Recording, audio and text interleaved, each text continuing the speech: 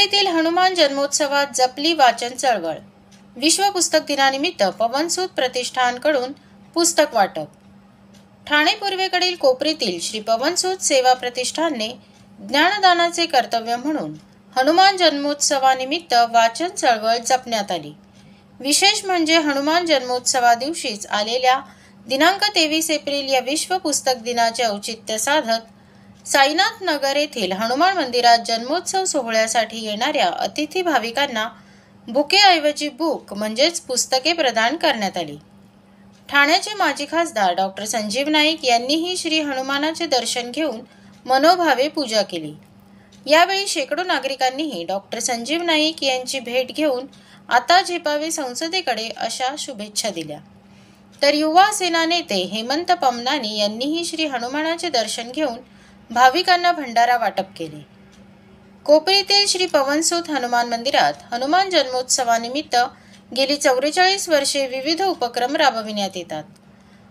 पहाटे हनुमान जन्मोत्सवाची सागर संगीत पूजा अर्चा, सकाळी सुंदरकांड पाठ, दुपारी महाप्रसाद भंडारा, तर सायंकाळी सुश्राव्य भजन कीर्तन आणि महिला वर्गासाठी हळदी कुंकवाचे आयोजन करण्यात आले होते। गतवर्षीप्रमाणे यंदा देखील हनुमान जन्मोत्सवानिमित्त वाचन चळवळ राबविण्यात आली। कोपरीच्या या हनुमान मंदिरात येणाऱ्या अतिथी भाविकांना यंदा पुष्पगुच्छ म्हणजेच बुके न देता वाचनीय पुस्तके बुक भेट म्हणून देण्यात आली। आज हनुमान जयंती, आता शक्तीची देवता हनुमान म्हणजे, आणि त्याच वेळेस पवनपुत्र म्हणून हे जे साईनाथ नगर मधलं हनुमानाचं देऊळ आहे ते जागृत देवस्थान आहे। त्याच्या दर्शनासाठी सकाळपासूनच रीग लागलेली आहे नागरिकांची, आणि हा हनुमान खरोखर म्हणजे पाठीशी उभा राहणार आहे या पूर्व विभागात कोपरीतल्या लोकांच्या। त्यामुळे त्याच्यावरती जी भक्ती आहे आमची ती वर्षानुवर्ष आहे तशीच राहणार आहे। आणि या मंडळाचं आजचं वैशिष्ट्य म्हणजे आज पुस्तक दिनानिमित्त एक नवीन उपक्रम इथल्या कार्यकर्त्यांनी चालू केलेला आहे। त्यांनी बुके किंवा तुळस कुंडी वगैरे आता आपण सध्या आलेल्या लोकांना देतो, पण आज त्यांनी नवीन उपक्रम चालू केलेला आहे। त्यांनी आज पुस्तकं भेट द्यायला सुरुवात केली। जे आलेले लोक असतील आपले मान्यवर किंवा पाहुणे म्हणून त्यांनी निमंत्रित केलेले, त्या सगळ्यांना अशा प्रकारे पुस्तक देणार आहेत। आणि ह्या उपक्रमाबद्दल या मंडळाला खरोखर धन्यवाद। कारण ठाण्यामध्ये मला वाटतं हा पहिल्यांदाच मी तरी अनुभवलेला पहिला अनुभव आहे।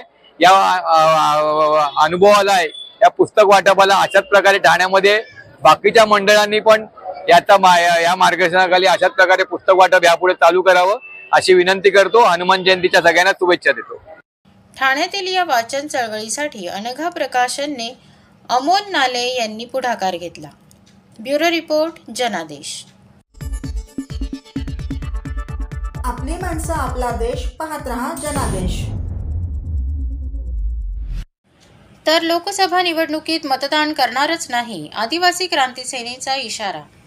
भारताच्या एकूण लोकसंख्येच्या 8 ते 9% लोकसंख्या ही आदिवासींची आहे। या देशातील मूळ निवासी असलेल्या आदिवासींना आता त्यांच्या वनातून बेदखल करण्यात येत आहे। जे राजकीय पक्ष आदिवासींच्या अधिकारांचे रक्षण करण्याचे वचन देतील त्यांनाच मतदान केले जाईल, अन्यथा आम्ही सर्व आदिवासी मतदानावर बहिष्कार घालू, असा इशारा आदिवासी क्रांती सेनेचे अध्यक्ष अनिल भांगले यांनी पत्रकार परिषदेत दिला। अनिल भांगले यांनी सांगितले की गेल्या 10 वर्षात आदिवासींचे खून, आदिवासी भगिनींवर अत्याचार असे सुमारे 76,899 गुन्हे घडले आहेत। विशेष म्हणजे फक्त नोंद झालेली प्रकरणे असून त्यापेक्षा कितीतरी पटीने गुन्हे हे नोंदवलेच गेलेले नाहीत। जे राजकीय पक्ष आदिवासींच्या अधिकारांचे रक्षण करण्याचे वचन देतील त्यांनाच मतदान केले जाईल, अन्यथा आम्ही सर्व आदिवासी मतदानावर बहिष्कार घालण्याबाबत जनजागृती करू, असेही भांगले यांनी सांगितले। जे पूर्वापार जंगलांमध्ये राहत आलेले आहेत ते इथले मूळ निवासी आहेत। आदिवासींनी कधीच जंगलांवर अतिक्रमण केलेले नाही, उलट भांडवलदार जंगलांमध्ये घुसखोरी करीत आहेत। जंगल हे आमचे घर आहे। जे लोक काही कामासाठी वनात राहतात ते वनवासी होतात, पण आमचा जन्मच वनात झालेला आहे, त्यामुळे आम्हाला वनवासी म्हणू नये, आम्ही या देशातील आदिम रहिवासी आहोत, असे सांगत भांगले यांनी वनवासी या शब्दास विरोध केला। कारण आज भारत देशामध्ये 8 ते 9 संख्येने भारत देशात आदिवासी बांधव आहेत आणि हे मूळ वनवासात राहतात, वनात राहतात। म्हणून याला वनात राहणारे कायदे बदलले गेलेले आहेत, त्यांना हक्कलपट्टी करण्यात आलेली आहे. आम्ही इतर लोक बोलतात की आदिवासी हा वनवासी आहे, पण मुळात वनवासी नाही, हा वनातच पैदा झालेला आहे, वनातच जन्म झालेला आहे. आणि वनवासी ते बिझनेस धंदे करतात ते वनवासी आहेत, ते आमच्या वनामध्ये राहायला आले ते वनवासी आहेत. ते आम्ही आदिवासी बांधव वनवासी नाही आहेत. म्हणून आदिवासी बांधवांच्या याच्यासाठी, हक्कासाठी, न्यायासाठी आम्ही आज लढा देत आहोत आदिवासी क्रांती सेनेतर्फे. आणि आमची सर्व आदिवासी बांधव आणि संघटना सर्व एकत्र येत आहे. त्याच्यामुळं आम्हाला हा असा गोंडच नाव दिलाय वनवासी, पण वनवासी नाही आम्ही, पण आम्ही हा आदिवासी मूळ भारताचा रहिवासी आहे. म्हणून आम्ही गुलगुलाल आंदोलन छेडणार आहोत. आणि सर्व भारत देशातले सर्व नागरिकांना आणि माझ्या सर्व गावाखेड्यातील, माझ्या ठाणे जिल्ह्यातील असू द्या, या माझ्या महाराष्ट्रातल्या जनतेला मी हेच काय सांगणार आहे की आपल्या आदिवासी बांधवांमध्ये जनजागृती करा. आपल्या मुलाबाळांना एज्युकेशन आणि शिक्षण, आरोग्य चांगले भेटले पाहिजे, लाईट, रस्ते चांगले झाले पाहिजेत. आज आपण एवढा लढा देऊन सुद्धा मूळ असून आपण हक्कापासून वंचित आहे. म्हणून माझा हा इशारा आहे सर्व माझ्या पक्ष नेते श्रेष्ठांना, वरती बीजेपी सरकार असू द्या या इतर कोणाची सरकार आली तरी माझ्या आदिवासी बांधवांसाठी मी न्याय हक्कासाठी लढणार. मला मी मगाशी बोललो की मला जो पक्ष ज्या आमच्या अटी नेममध्ये आम्हाला जो पाठबळ देईल त्याला आम्ही पाठिंबा देणार. ब्युरो रिपोर्ट, जनादेश. आपली माणसं, आपला देश, पाहत रहा जनादेश. ठाणेकर मालमत्ता करदात्यांसाठी करातील व्याज माफी अभय योजना 31 डिसेंबर 2023 पर्यंत मालमत्ता करावरील 100% व्याज माफ. तसेच 1 जानेवारी ते 15 जानेवारी 2024 या कालावधीमध्ये मालमत्ता करावरील 75% व्याज माफ. त्याचप्रमाणे 16 जानेवारी ते 31 जानेवारी 2024 या कालावधीमध्ये मालमत्ता करावरील 50% व्याज माफ. तरी सदर व्याज माफीच्या अभय योजनेचा ठाणेकर करदात्यांनी लाभ घ्यावा.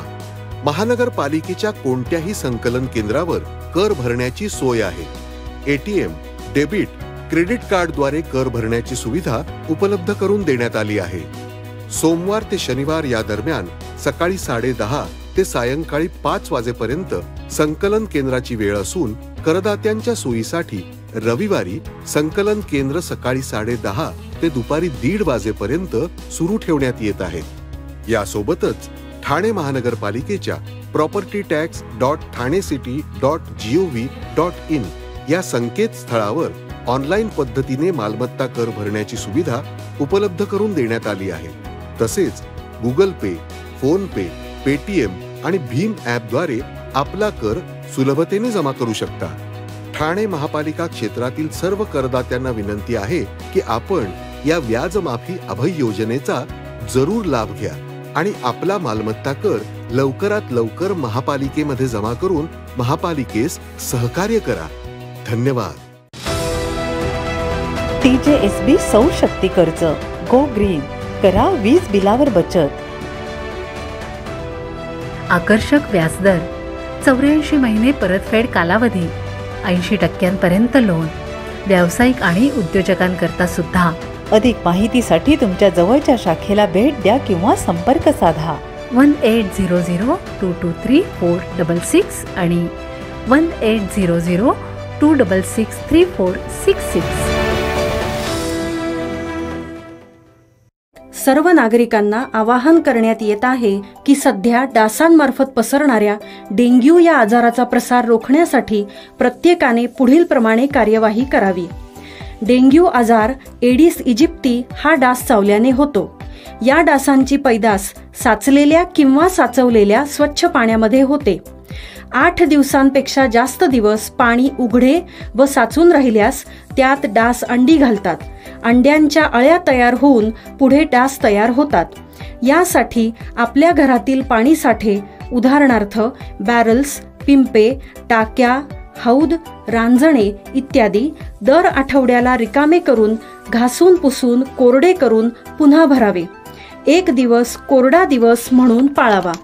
पाणी साठ्यांना घट्ट झाकणे बसवावीत किंवा जुनी साडी, चादर, धोतर यांनी बांधून झाकून ठेवावीत, म्हणजे डास त्यात जाऊन अंडी घालणार नाहीत. घराच्या गच्चीवर, आजूबाजूला, अंगणात कोठेही पाणी साचू देऊ नये. भंगार सामान उघड्यावर टाकू नये. उदाहरणार्थ टायर्स, प्लास्टिक सामान, कुंड्या, टाकाऊ वस्तू इत्यादी. अशा सामानात पावसाचे पाणी साठून त्यात डेंग्यूच्या डासांची पैदास होते. घरातील कूलर्स, फ्रीजच्या पाठीमागील ट्रे हे देखील वेळोवेळी कोरडे करावेत. लक्षात ठेवा, नुसत्या फवारणीने डास घनता कमी होत नाही, तर त्यासाठी डास पैदास ठिकाणे नष्ट करणे ही आपल्या सर्वांची जबाबदारी आहे. कोणताही ताप अंगावर न काढता जवळच्या शासकीय रुग्णालयात मोफत औषधोपचार घ्या. अशा प्रकारे नागरिकांनी सहकार्य केल्यास डेंग्यूचा प्रसार रोखणे सहज शक्य आहे.